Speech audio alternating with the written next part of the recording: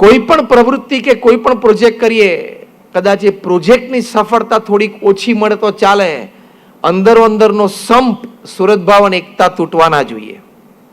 એ સિદ્ધાંત છે. એમ આઈ talking something sensible? હા કે ના?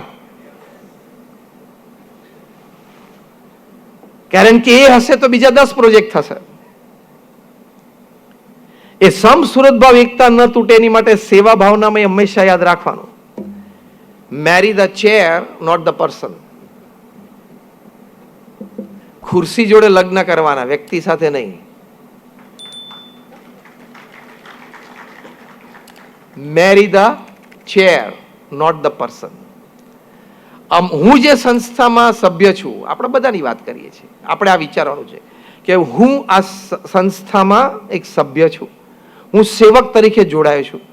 ધારો કે મારી વાત છે તો BAPS, તમારી વાત છે તો ભારત વિકાસ પરિષદ, આપણી સેવાભાવી સંસ્થાઓ છે. તો સંસ્થા જેને નિયુક્ત કરે, આ પદ ઉપર જેને બેસાડે, આ ખુરશી ઉપર જે બેસે પ્રમુખ, મારે એમનો આદેશ સીધો લઈને સેવા કરવાની છે, મારી મનની પસંદગી નહીં. Marry the chair not the person. પ્રમુખ બન્યા ને એ મારા ગ્રુપના નથી, આ વિચાર કોઈ દિવસ ના આવવો જોઈએ. તો તમે સેવક સાચા. પ્રમુખ બન્યા ને જે વ્યવસ્થાપક છે એની જોડે મારે ઓછું બને છે, એ વિચારવાનું જ નહીં. ઓછું બનતું હોય તો હવે બનાવવા માંડવાનું, કારણ કે આપણે સેવક છીએ. કે 2 વર્ષ પહેલા તો તમે બહુ સારી સેવા કરતા હતા, હવે કેમ આમ શ્રદ્ધા ઓછી થઈ ગઈ? તો કે નાના દીકરો હવે અમેરિકા ગયો છે, ત્યાં ભણે છે, ને ધંધાનું એક એક્સપાન્શન છે, ને એક નવું ઇન્ડસ્ટ્રી ઊભી કરવી છે. ને કારણ એ નથી, કારણ એ છે કે મુખ્ય વ્યક્તિ જે જવાબદાર આવ્યા એની જોડે અનુકૂળતા આવતી નથી. એ આપણો સ્વભાવ છે, એની ઉપર નિયંત્રણ હોવું જોઈએ. Marry the chair not the person. સંસ્થાની મુખ્ય ગાદી ઉપર જે વ્યક્તિ બેઠા હોય, એ વ્યક્તિનો આદેશ, એ વ્યક્તિની મરજી, એ વ્યક્તિને સંપૂર્ણ વફાદાર રહેવાનું, તો જ સંસ્થાની મજબૂતાઈ ટકે. અને નેગેટિવ ચર્ચા પણ નહીં કરવાની. મેં કહ્યું એમ આજે આપણે વિચારો, ભાવનાઓ નો વિમર્શ કરીએ છીએ. સેવા તો આપણે બધા શ્રદ્ધાથી કરીએ છીએ, પણ આપણે રિફાઇનમેન્ટ કરવું છે. પેલું ઇન્ડસ્ટ્રીમાં હોય ને ક્વોલિટી કંટ્રોલ,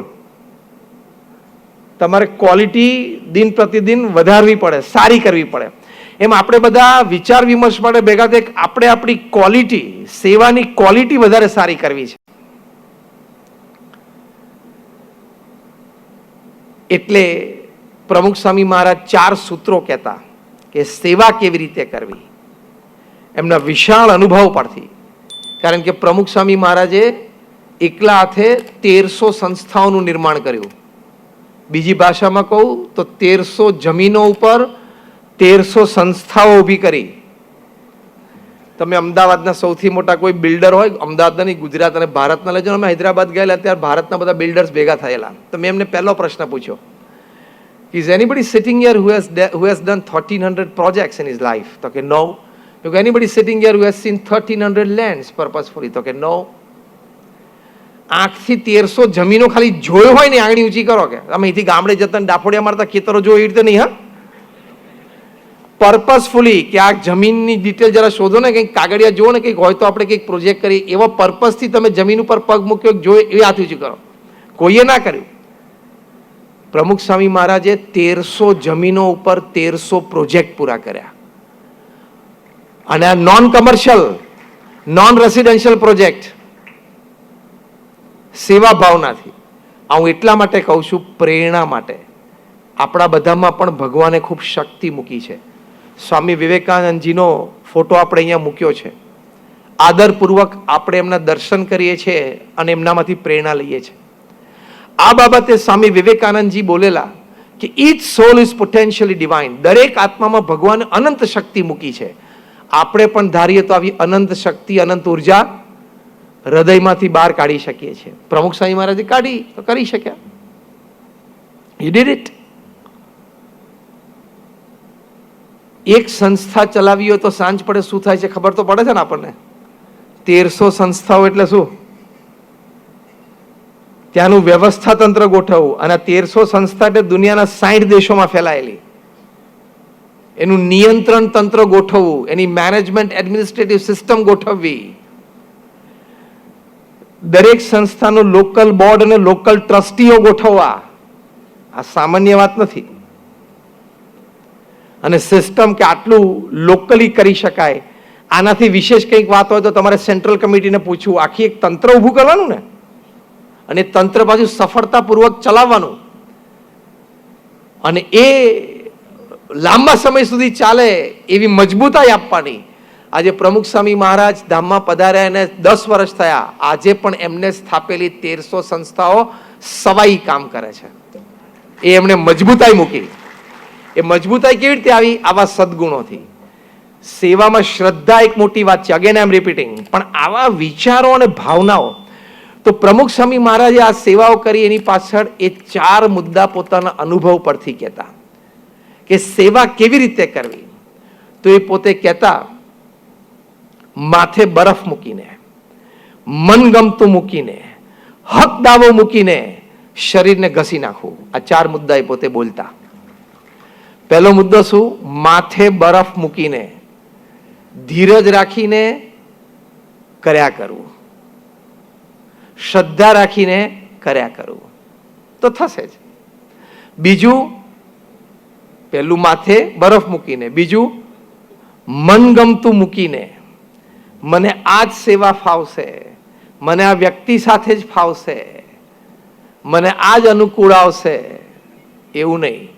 સંસ્થાનો આદેશ થાય એટલે ઘરેથી 2 જોડી કપડાં લઈ અને નીકળી જવાનું. એ તૈયારી રાખવાની. હા કે ના? કે થોડી મેં અઘરી વાતો કરું છું? તો સેવક સાચા ને તો સેવાનો આનંદ આવે. મરણીય થાવ ને પછી જ સેવાનો આનંદ આવે. બાકી ફૂલ કમ્ફર્ટ ઝોનમાં રહીને તમે એમ કહો સેવા કરું, એમાં સેવાનો આનંદ ના આવે, પેલી સિનર્જી ડેવલપ ના થાય. એટલે મનગમતું મૂકી દેવાનું. ત્રીજું, હક દાવો મૂકી દેવાના. મેં આ સંસ્થામાં 20 વર્ષથી સેવા કરી છે, મને કોઈ પદ કેમ ના મળ્યું? તારી 20 વર્ષની સેવા ચોકડી વાગી ગઈ. આ વિચાર આવ્યો ને એમાં ચોકડી વાગી ગઈ. પદ અને પ્રતિષ્ઠાની અપેક્ષા ન રાખવી. હું આ સંસ્થાનો અદનો સેવક છું, મને આદેશ મળે એટલે મારે સેવા કરવાની છે, એવી જ ભાવના હંમેશા રાખવી.